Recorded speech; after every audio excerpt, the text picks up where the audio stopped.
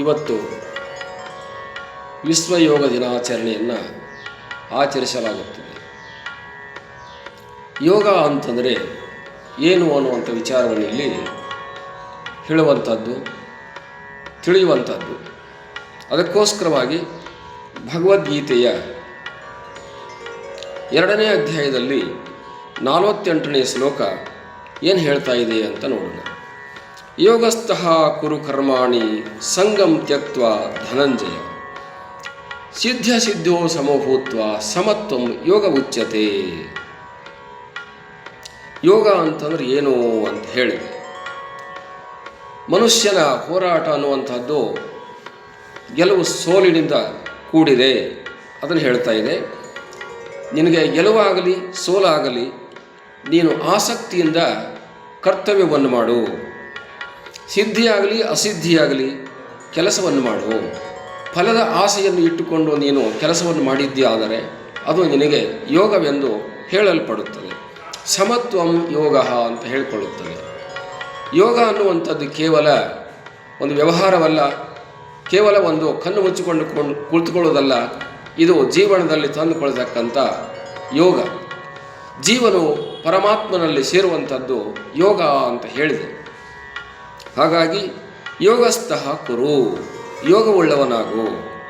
ಎಲ್ಲಿ ಅಂತಂದರೆ ಕರ್ಮಾಣಿ, ಕರ್ಮಗಳಲ್ಲಿ ಯೋಗವುಳ್ಳವನಾಗು. ನೀನು ಕರ್ಮದಲ್ಲಿ ಸೇರಿಕೊಂಡಿ ಅಂತಾದರೆ ಅದು ಕರ್ಮಯೋಗ ಅಂತ ಹೇಳಿಕೊಳ್ಳುತ್ತದೆ. ನೀನು ಧರ್ಮದಲ್ಲಿ ಸೇರಿಕೊಂಡಿ ಅಂತಾದರೆ ಅದು ಧರ್ಮಯೋಗ ಅಂತ ಹೇಳಿಕೊಳ್ಳುತ್ತದೆ.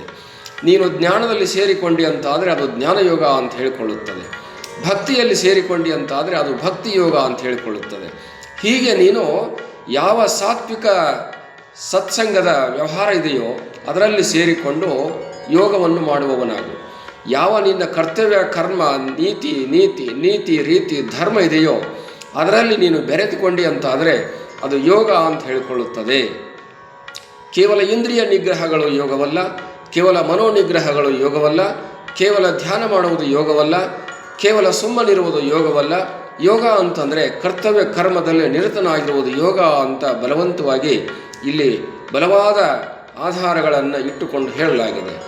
ಯೋಗಶ್ಚಿತ್ತವೃತ್ತಿ ನಿರೋಧ ಅಂತ ಒಂದು ಕಡೆ ಹೇಳಿದರೆ ಇಲ್ಲಿ ಸರ್ವ ರೋಗ ನಿರೋಧವೇ ಯೋಗವಾಗಿ ರೂಪುಗೊಳ್ಳುತ್ತದೆ.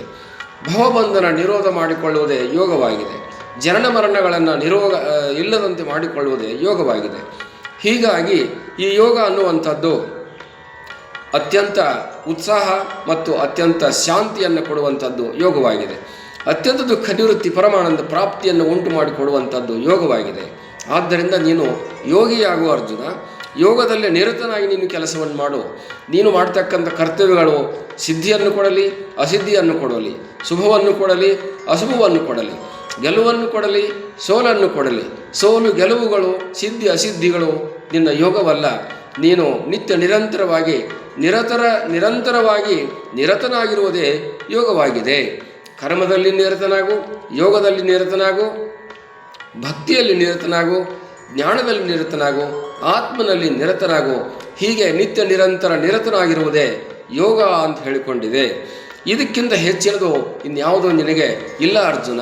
ಇಂಥ ಯೋಗದಲ್ಲಿ ನೀನು ನಿರತನಾಗಿದ್ದೀಯಾದರೆ ನೀನು ಸರ್ವ ರೋಗಗಳಿಂದ ಬಿಡುಗಡೆಯನ್ನು ಹೊಂದುತ್ತಿದೆಯಾ, ಸರ್ವ ಬಂಧನಗಳಿಂದ ಬಿಡುಗಡೆಯನ್ನು ಹೊಂದುತ್ತೀಯಾ, ಜನನ ಮರಣಗಳಿಂದ ಬಿಡುಗಡೆಯಾಗ್ತೀಯಾ, ಭವಬಂಧನಗಳಿಂದ ಬಿಡುಗಡೆಯಾಗ್ತೀಯಾ, ಅಜ್ಞಾನದಿಂದ ಬಿಡುಗಡೆಯಾಗ್ತೀಯಾ, ಸುಜ್ಞಾನದ ಜೊತೆಗೆ ಸೇರಿಕೊಳ್ಳುತ್ತೀಯಾ.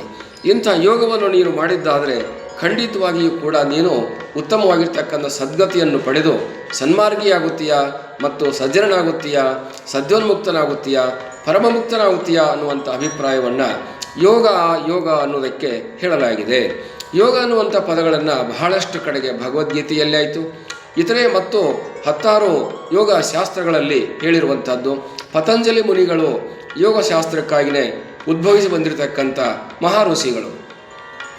ಅವರು ಸೂತ್ರಗಳನ್ನು ಬರೆದು ಸೂತ್ರಗಳ ಮೂಲಕವಾಗಿ ಯೋಗ ಸಿದ್ಧಿಯನ್ನು, ಯೋಗ ವಿಷಯವನ್ನು ಪ್ರತಿಪಾದನೆ ಮಾಡಿದರು. ಆ ಒಂದು ವಿಚಾರವಾಗಿ ಇದು ಸಾಮಾನ್ಯವಾಗಿರ್ತಕ್ಕಂಥ ರೋಗ ನಿವಾರಣೆಯಾಗಿದೆ, ಶಾರೀರಿಕ ರೋಗ ನಿವಾರಣೆಯಾಗಿದೆ, ಮಾನಸಿಕ ರೋಗ ನಿವಾರಣೆಯಾಗಿದೆ ಮತ್ತು ಭವಬಂಧನದ ನಿವಾರಣೆ ಮಾಡುವಂಥ ಶಕ್ತಿಯನ್ನು ಕೂಡ ಇದು ಹೊಂದಿದೆ. ಆದ್ದರಿಂದ ಭಗವಂತನು ಯೋಗಸ್ಥಃ ಕುರು ಕರ್ಮಾಣಿ, ಕರ್ಮಾಣಿಕೂಲ, ಯೋಗದಲ್ಲಿ ನಿರತನಾಗಿ ಕರ್ಮಗಳನ್ನು ಮಾಡು. ನೀನು ಸಂಘವನ್ನು ಫಲಸಂಘವನ್ನು ತ್ಯಾಗ ಮಾಡಿ ಯೋಗವನ್ನು ಮಾಡು. ಫಲದ ಆಸೆಯನ್ನು ಬಿಟ್ಟು ಯೋಗವನ್ನು ಮಾಡು. ಖಂಡಿತವಾಗಿಯೂ ಕೂಡ ನಿನಗೆ ಮುಕ್ತಿಯಾಗುತ್ತದೆ, ಸುಖಿಯಾಗುತ್ತೀಯಾ ಅನ್ನುವಂಥ ಅಭಿಪ್ರಾಯವನ್ನು ಇಲ್ಲಿ ಹೇಳಿದೆ.